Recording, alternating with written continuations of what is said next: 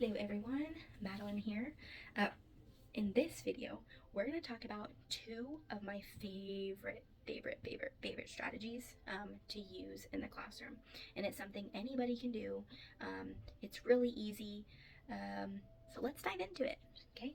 And that is songs and TPR in the classroom, okay? So let's address this acronym here. This acronym means total physical response. And what that means is like doing a movement with whatever you're wanting them to learn. Okay, so we'll go over an example of that in a second. But these are absolutely my two favorite things. Anytime that I can incorporate them, I do. And I will go out of my way to go find a song. And you don't have to be good at singing. Remember, I said being your truest self. So if you are a terrible singer, who cares? Sing the song anyway. Your kids are going to remember that you're terrible at singing the song, but they won't remember, or they will remember the song. So, and that's the important part. And it'll show them that, you're not afraid to sound bad and still have fun, still have a good time. So songs in the classroom are my favorite to use because most of the time, especially in older grades, they don't want to sing. Okay. But how I know I've succeeded in getting it, seeping the song into their brain, is whenever I hear them humming it when we're not singing the song. That's my favorite. Whenever I catch them singing it when we're not even singing it. Whenever they're singing it and they don't even realize like they're singing it, or whenever they're doing, especially in math, when they're doing the math problem and then I hear them singing it because they're trying to remember like what to do. So the thing that I like to do is I always tell my students, especially the older ones, I just always say, like, the song that I'm about to show you, it's going to be really annoying and you're going to not like me for it for a little bit, but you're going to thank me later whenever you remember that song, that annoying song in your head, that's going to help you solve a problem. And then they laugh and they're like, you're weird, but whatever. And then never fails. Later, they come and thank me for teaching them the song because they couldn't get out of their head and it helped them remember a concept. So anytime you can do a song, I highly encourage it, again, even if you're bad at singing. So one song that I can share with you, as you know, I taught fourth grade for several of my years. And the song that I always taught them was a song that I learned in my second year of teaching from our amazing math interventionist. And I have never forgotten the song because I was like, oh my gosh, I wish I would have knew that sooner.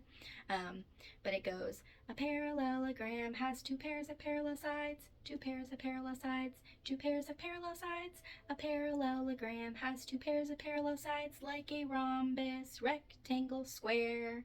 So this was one of the songs that my students got so annoyed with me about, but every time that we had a geometry test, or if there was like a practice star test, whatever it was, I heard them humming that part because the question always asked which one of these is a parallelogram, and they had to know if it was a rhombus, rectangle, or square.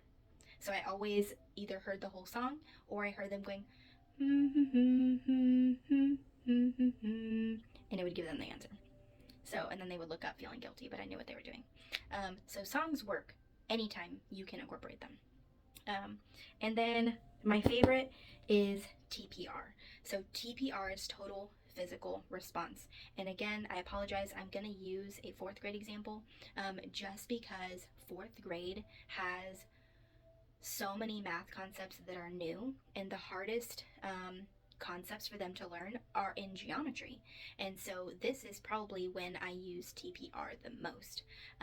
But showing them an example of what they can do to represent the vocabulary with their body, it really gets them to learn key vocabulary words. So for example, in fourth grade, one of the words you need to know for geometry is point. So we would always go point, and they would know that that's just a period. So point. Another one would be like right angle. So they would go like this, or they would go like this. Okay, they know that that's a right angle. Another one would be degree. You had to know like it's 180 degrees is a straight line. So we would do degree up here. So it's different than point. Point is just anywhere, but a degree they know is up in the air, like next to the number. So 98 degrees. Another one would be parallel. They would know like this. Okay, they could do that or they could do this.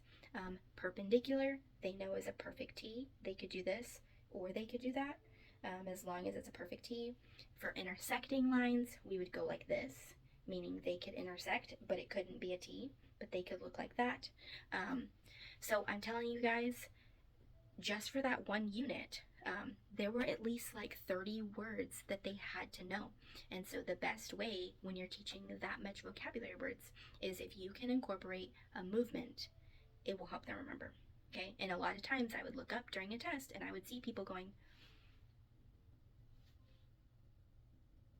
and I would know that they were doing parallel lines, or they'd be going, and I would know they were trying to figure out what each of those meant on their geometry test. Okay, so anytime you can incorporate songs or TPR, I highly encourage it. In another video, we talked about routines and procedures.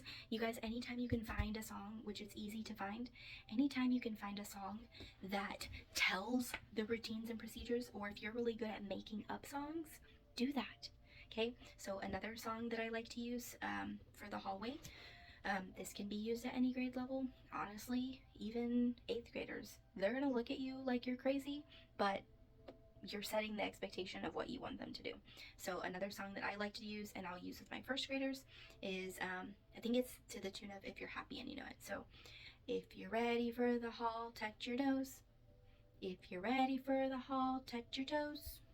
There's no talking at all when we're walking in the hall. If you're ready for the hall, lips go closed. So you gave them a time limit, because by now, or whenever you teach it, they have until the song, until you're done singing, to get in line and to do what you're asking. They know that they know that their lips should be closed. They know that we're walking in the hall and we're on 0 because you said there's no talking at all when we're walking in the hall.